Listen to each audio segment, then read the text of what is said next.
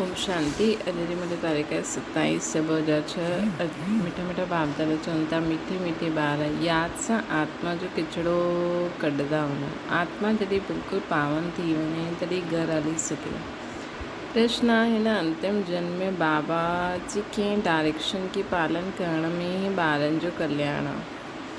उत्तर आहे, बाबा चईंदा आहिनि, मिठे ॿार, हिन अंतिम जन्म में बाप सां पूरो वरसो वठी वठो। बुद्धि खे ॿाहिरि में भटकायो न, विश्क खे छॾे अमृत पीओ। हीअ अंतिम जन्म में तव्हांजा 63 जन्मनि जी आदत मिटाइणी आहे। हिन करे राति ॾींहुं महिनत करे ॾेही अभिमानी ठहो। ओम शांति। शांतिराम विश्रामपुरी आहे। हिन दुनिया सां सभु थकी विया आहियूं। चाहींदा आहियूं असां पंहिंजे सुखधाम में वञूं, है न? चाहींदा आहियो असां पंहिंजे सुखधाम में वञूं। इहा दुनिया सुठी न लॻंदी आहे। स्वर्ग खे ॾिसंदा आहियो त नर्क सां दिलि कीअं लॻंदी? चईंदा आहिनि, बाबा जल्दी करो, हिन दुखधाम खां वठी हलो। बाबा बि सम्झाईंदा आहिनि, इहा त छीछी दुनिया आहे। इन जो नाम ई आहे डेवल वर्ल्ड, नर्क। इहो कोई सुठो अक्षर न आहे। किथे डीटी वर्ल्ड, किथे डेवल वर्ल्ड। हिन डेवल वर्ल्ड में सभु तंग थी विया आहिनि, परंतु वापसि कोई वञी न सघंदा आहिनि। तमो प्रधान जी खाद पयल आहे। इहो खाद आत्मा मां निकिरे कीअं? उहा खाद आत्मा सां निकिरे, हुन जे लाइ पुरुषार्थ कबो आहे। जो सुठा पुरुषार्थी आहिनि उन्हनि जी अवस्था पिछाड़ी में सुठी थी वेंदी। इहा पुराणी दुनिया ख़लास थी वेंदी। हाणे त बाक़ी थोरा रोज़ आहिनि। जेसि ताईं बाप अची करे वापसि न वठी वञे तेसि ताईं कोई वापसि न वञी सघंदो आहे। दुनिया में दुख आहे न, घर में बि कोई न कोई दुख न ईंदो आहे। तव्हां ॿारनि जी दिलि में आहे, बाबा असांखे दुखनि सां छुड़ाइण आया आहिनि। तव्हां ॿारनि जी दिलि में आहे कि बाबा असांखे दुखनि सां छुड़ाइण आया आहिनि।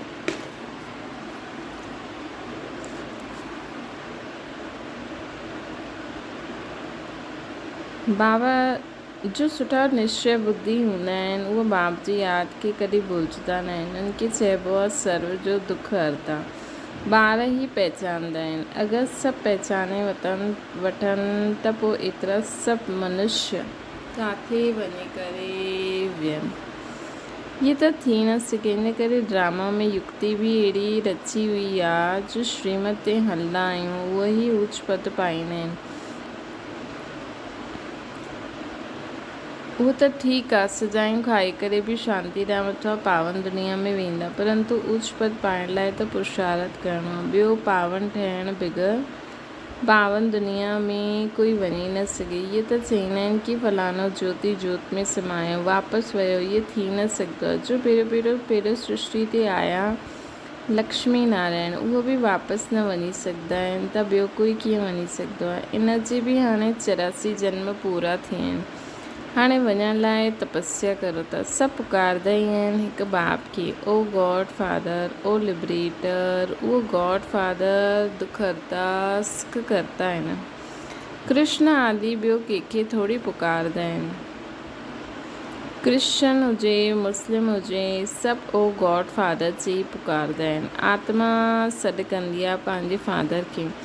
फादर चईंदा ई आहिनि तॾहिं जॾहिं सम्झंदा आहिनि असां आत्मा आहियूं। आत्मा बि कोई चीज़ आहे न, आत्मा कोई वॾी चीज़ न आहे, उहो त स्टार आहे ऐं अति सूक्ष्म आहे। जीअं बाबा आहे उहा आत्मा जो स्वरूप आहे। हाणे तव्हां बाप जी महिमा कंदा आहियो। उहो सत्य चित ज्ञान जो सागर, आनंद जो सागर आहे। तव्हांजी आत्मा बि उन्हनि जे समान ठहींदी आहे।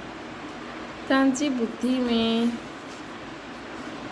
हाणे सॼी सृष्टि जे आदि मध्य अंत जो ज्ञान आयो आहे। ॿियो कोई मनुष्य मात्र में इहो ज्ञान न आहे। सॼो भारत सॼी विलायत ढूंढे वठो, कोई जो कंहिंखे बि पतो न आहे। आत्मा 84 जन्म वठी पाठ वॼाईंदी आहे। 84 लख त इम्पॉसिबल आहिनि। 84 लख जन्मनि जो कोई वर्णन न थी सघंदो आहे। बाप चईंदा आहिनि, तव्हां पंहिंजे जन्मनि खे न ॼाणंदा आहियो। असां ॿुधाईंदा आहिनि, उहे सभु ॿुधंदा आहिनि। ही पथर बुद्धि सम्झंदा ई न आहिनि कि 84 लख जन्म हुजनि त कोई ॿुधाए ई कीअं सघे। ॿुधंदे बि सभु पथर बुद्धि आहिनि, सम्झंदा न आहिनि कि 84 लख जन्म हुजनि त कोई ॿुधाए कीअं सघे। हाणे तव्हां ॼाणंदा असां ब्राह्मण आहियूं, असां 84 जन्म वरिता आहिनि। ब्रह्मा बि 84 जन्म वरिता आहिनि, विष्णु बि 84 जन्म वरिता आहिनि। ब्रह्मा सु विष्णु, विष्णु सु ब्रह्मा। लक्ष्मी नारायण 84 जन्म वठी ब्रह्मा सरस्वती ठहींदा आहिनि। ये बि सम्झण जी ॻाल्हि आहे। बाबा चवंदा आहिनि 5000 वर्ष पोइ अची करे मां तव्हांखे वरी खां ईअं सम्झाईंदो आहे। 5000 वर्ष जो चक्कर आहे। हाणे तव्हां वर्णन जो राज बि सम्झो, हमसो जो अर्थ बि सम्झो। असां आत्मा सो देवता ठहींदा आहियूं, पोइ असां क्षत्रिय वैश्य शूद्र ठहींदा आहियूं, एतिरा जन्म वठंदा आहियूं, पोइ असां ब्राह्मण ठहींदा आहियूं। ब्राह्मणनि जो इहे हिकु जन्म आहे, इहे आहे ई तव्हांजो हीरे जहिड़ो जन्म। बाबा चवंदा आहिनि इहे तव्हांजो उत्तम शरीर आहे, हिन सां तव्हां स्वर्ग जो वरसो पाए सघंदा आहियो। हिन करे हाणे ॿियो कोई तरफ़ भटको न, ज्ञान अमृत ई पियो। सम्झ में बि ईंदो आहे बराबरि 84 जन्म वठंदा आहियूं। तव्हां पहिरियों सतयुग में सतो प्रधान हुया, पोइ सतो में आया, पोइ चांदी में खाद पई, हिकदमि पूरो हिसाबु ॿुधाईंदा आहिनि। हाणे गवर्नमेंट बि चईंदी आहे सोने में खाद अलॉय मिलायो, 14 कैरेट सोनो पायो। सोने में खाद विझण इहे भारतवासी अपसगुन सम्झंदा आहिनि। शादी कराईंदा आहिनि त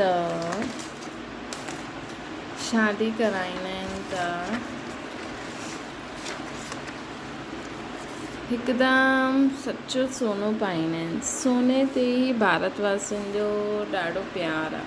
छो? भारत जी ॻाल्हि न पुछो। सतयुग में त सोने जा महल हुया, सोने जी ईटियूं हुयूं। जीअं हिते ईटियुनि जा ढेर लॻंदा आहिनि, हुते सोने चांदी जी ढेरी रहंदी आहे। माया मचंदर जो खेल ॾेखारींदा आहिनि। हुन सोने जी ईटियूं ॾिठियूं, सोचो खणी वञूं, हेठि उतरियो त ॾिसो त कुझु बि न आहे, कुझु न कुझु त ॻाल्हि लॻंदी आहे न। बच्चियूं सम्झियूं आहिनि हाणे असां स्वर्ग में वेंदा आहियूं। पोइ अगरि पति आदि तंग कंदा आहिनि त वीचारा अंदरि में रोईंदा आहिनि, कॾहिं असां सुखधाम में वेंदासीं। बाबा हाणे जल्दी करो। बाबा चवंदा आहिनि ॿार जल्दी कीअं करां। ॿार तव्हां योग बल सां पंहिंजो किचिड़ो त कढो, योग जी यात्रा ते रहो। बाबा धीरज ॾींदा आहिनि, पुकारदा बि आहिनि हे पतित पावन अचो, ॻाईंदा बि आहिनि सर्व जो सदगति दाता, है न। ॻाईंदा बि आहिनि सर्व जो सदगति दाता।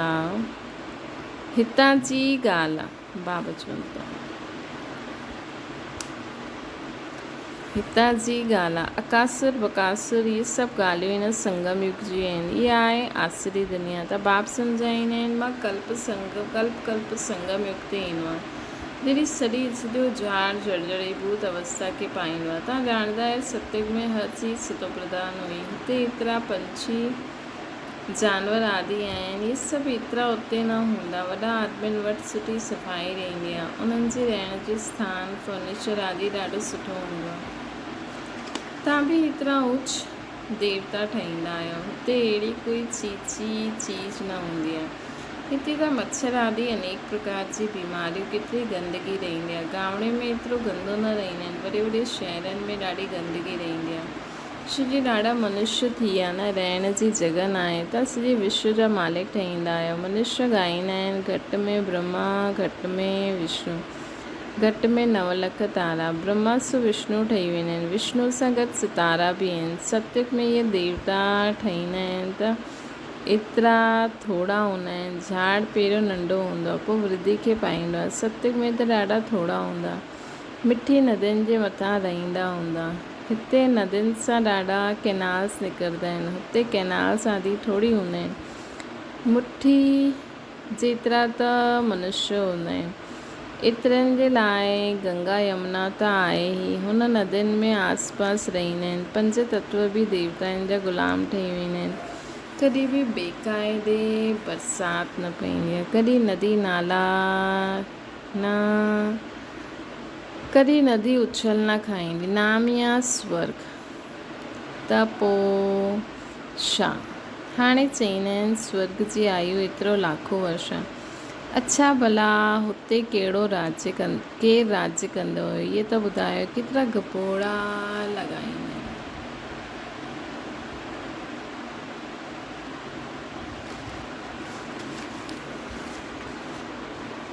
तव्हां ॼाणंदा आहियो असां कल्प पहिरियों मुआफ़िक इहे पाठ वॼायूं था। रुद्र ज्ञान यज्ञ में अनेक प्रकार जा असरनि जा विघ्न पईंदा आहिनि। पोइ मनुष्य सम्झनि आसुरी मनुष्य मथां खां गंद गोबर आदि विझंदा आहिनि, परंतु न तव्हां ॾिसंदा आहियो केतिरा विघ्न पईंदा आहिनि, अपलाइनि ते केतिरो अत्याचार थींदा आहिनि, तॾहिं तव्हां पाप जो घड़ो भरिजंदो न। बाप चईंदा आहिनि थोरो सहन करिणो पवंदो। तव्हां पंहिंजे बाप खे ऐं वर्चे खे यादि करो। मार खाइण समय बि बुद्धि में यादि करो शिव बाबा। तव्हांखे त बुद्धि में ज्ञान आहे। के फांसी ते चढ़ाईंदा आहिनि त पादरी चईंदा आहिनि गॉड फादर खे यादि करो, ईअं न चईंदा कि क्राइस्ट खे यादि करो। इशारो गॉड जे लाइ कंदा आहिनि। उहे एतिरा लवली आहिनि, सभु उन्हनि खे पुकारंदा आहिनि। आत्मा पुकारंदी आहे। हाणे देही अभिमानी ठहिण जी महिनत में ई महिनत आहे। 63 जनम तव्हां देह अभिमान में रहिया आहियो। हाणे हिन हिकु जन्म हू अधु कल्प जी आदत मिटाइणी।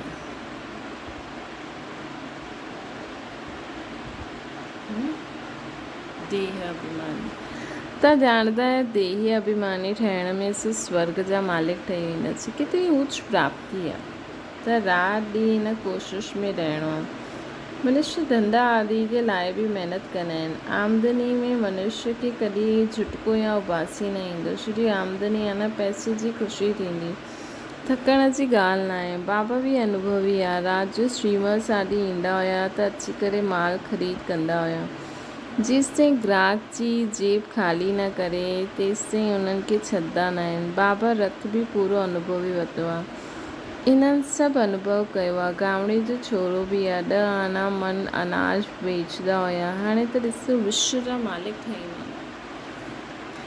हिकदमि गामड़े जो हुयो, पोइ चढ़ी वियो त हिकदमि जवाहरात जे धंधे में लॻी वियो। बसि जवाहरात जी ॻाल्हि आहे। इहे बि पोइ सचा जवाहरात बाबा जो हिकु पोइ थींदो आहे रॉयल वापारु। बाबा ॾाढो अनुभवी आहिनि। बाबा वाइसराय आदि जे घर ईअं वेंदा हुया जीअं पंहिंजो घर आहे। इन्हनि खे पोइ चईंदा आहिनि सौदागर अविनाशी ज्ञान रत्न। जेतिरो इहे बुद्धि में धारण कंदा हिन सां त पदमपति ठहींदा। शिव बाबा खे चइबो आहे सौदागर रत्नागर। उन्हनि जी महिमा बि ॻाईंदा आहिनि। पोइ चई ॾींदा आहिनि सर्वव्यापी आहे। महिमा सां गॾु पोइ एतिरी गिलानी कीअं हालत थी वेंदी आहे। भक्ति मार्ग जी ॻाल्हि आहे। बाबा चईंदा आहिनि जॾहिं भक्ति पूरी थींदी तॾहिं भक्तनि जो रक्षक बाप ईंदा आहिनि। तॾहिं भक्तनि जो रक्षक बाबा ईंदा आहिनि। ॾाढी भक्ति केरु कंदो आहे इहो बि सिद्ध थी वेंदो आहे। सभिनि खां जास्ती भक्ति तव्हां कई आहे। उहे ई अची करे पहिरियों ब्रह्मन ठहींदा आहिनि। बाप सां वरसो वठंदा आहिनि। पोइ तव्हां पूज्य ठहिण जो रावण पुजारी, पोइ वरी पूज्य ठहिण जो रावण पुजारी ठाहियईं। बाबा तव्हांखे पूज्य ठाहींदा। हे भॻवान, भॻवान हिकु ई आहे। 3-4 भॻवान हूंदा न आहिनि। गीता भॻवान गाई आहे। शिव भॻवान वाचे जे बदिले श्री कृष्ण जो नाम विझी छॾियो आहे त केतिरो फ़र्क़ु थी वियो न। ड्रामा अनुसार पोइ बि गीता जो नाम हीअं बदिलणो ई आहे। पोइ सॾु कंदा आहिनि हे पतित पावन अचो। बाबा पावन ठाहींदा आहिनि, रावण पतित ठाहींदो आहे। बाबा पावन ठाहींदा आहिनि, रावण पतित ठाहे छॾींदो आहे। त सम्झण जी केतिरी बुद्धि खपे।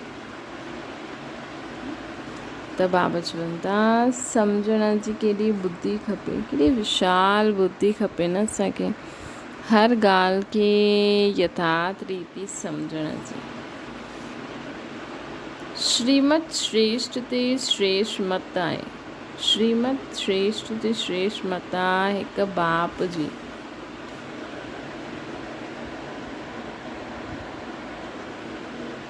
ये लक्ष्मी नारायण स्वर्ग जा मालिक बाप जी मत सां ही ठहिया। अच्छा, मीठी मीठी सिकिल ते ॿारनि प्रति माता पिता बाप दादा जो यादि प्यार ऐं गुड मॉर्निंग। रूहानी बाप जी से सभिनि रूहानी ॿारनि खे नमस्ते। असांजी बि रूहानी माता पिता बाप दादा खे यादि प्यार गुड मॉर्निंग और नमस्ते। धारणा जे लाइ मुख्य सार इहे हिकु जन्म 63 जन्मनि जे पुराणे देहभान जी आदत मिटाइण जी महिनत करणी आहे। देह अभिमानी ठही स्वर्ग जो मालिक ठहिणो पियो आहे। हिन हीरे तुल्य उत्तम जन्म में हिन बुद्धि खे भटकाइणो न आहे। तमो प्रधान खां सतो प्रधान ठहिणो आहे। अत्याचारनि खे सहन करे बाप सां पूरो वरसो वठिणो आहे। वरदान साकार बाप समान पंहिंजे हर कर्म खे यादगार ठाहिण वारा आधार ऐं उद्धार मूर्त ठहो। जीअं साकार बाबा पंहिंजो हर कर्म यादगार ठातईं, ईअं तव्हां सभी जो हर कर्म यादगार तॾहिं ठहींदो जॾहिं स्वयं खे आधार ऐं उद्धार मूर्त सम्झंदो।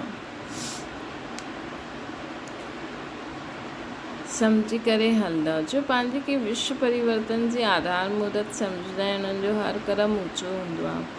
वृत्ति दृष्टि में जॾहिं सर्व जे कल्याण जी भावना रहंदी आहे, सभिनि जो ई भलो थिए त हर कर्म श्रेष्ठ थी वेंदो। अहिड़ा श्रेष्ठ कर्म ई यादगार ठाहींदा आहिनि। अहिड़ा श्रेष्ठ कर्म ई जॾहिं असांजे वृत्ति दृष्टि में इहे ईंदो न कि सर्व जो ई भलो थिए, उन खां पोइ जॾहिं असां कर्म कंदा आहियूं न त उहो श्रेष्ठ कर्म थी वेंदा। त श्रेष्ठ अहिड़ा कर्म ई यादगार थींदा आहिनि। स्लोगन आहे सत्यता जी शक्ति धारण करण लाइ सहनशील ठहो। सत्यता जी शक्ति धारण करण लाइ सहनशील ठहो। अव्यक्त इशारो हिन सहज योगी जीवन में अगरि मुश्किलात जो अनुभव थींदो आहे त सहज राज्य कीअं कंदव। हितां जा संस्कार ई उते खणी वेंदा न। ॾिसो, तव्हांजी यादगार जो देवताउनि जा चित्र ठाहींदा आहिनि, उन्हनि जी सूरत में सरलता ज़रूरु ॾेखारींदा आहिनि। त जो जेतिरो सहज पुरुषार्थी हूंदो न, वो मनसा में भी सरल, वाचा में भी सरल, कर्म में भी सरल हूंदो। उन्हनि खे ई फ़रिश्तो चइबो आहे। उन्हनि खे ई फ़रिश्तो चइबो आहे। अच्छा, ओम शांति। बाबा खे यादि करो।